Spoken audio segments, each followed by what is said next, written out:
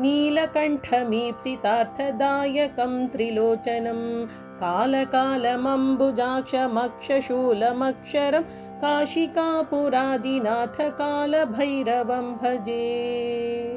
शूलटङ्कपाशदण्डपाणिमादिकारणं श्यामकायमादिदेवमक्षरं निरामयं भीमविक्रमं प्रभुं विचित्रताण्डवप्रियं काशिकापुराधिनाथकालभैरवं भजे।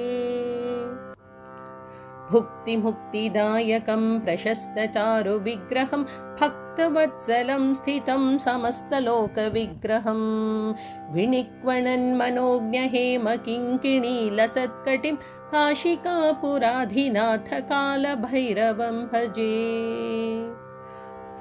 धर्मसेतुपालकं त्वधर्ममार्गनाशकं कर्मपाशमोचकं सुशर्मदायकं विभुं स्वर्णवर्णशेषपाशशोभिताङ्गमण्डलं काशिकापुराधिनाथकालभैरवं भजे।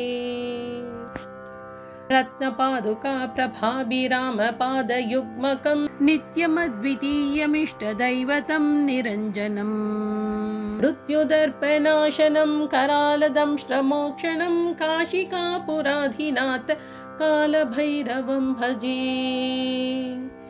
अट्टहासभिन्नपद्मजाण्डकोशसन्ततिं दृष्टपातनष्टपापजालमुग्रशासनम् अष्टसिद्धिदायकं कपालमालिकाधरं काशिकापुराधिनाथकालभैरवं भजे।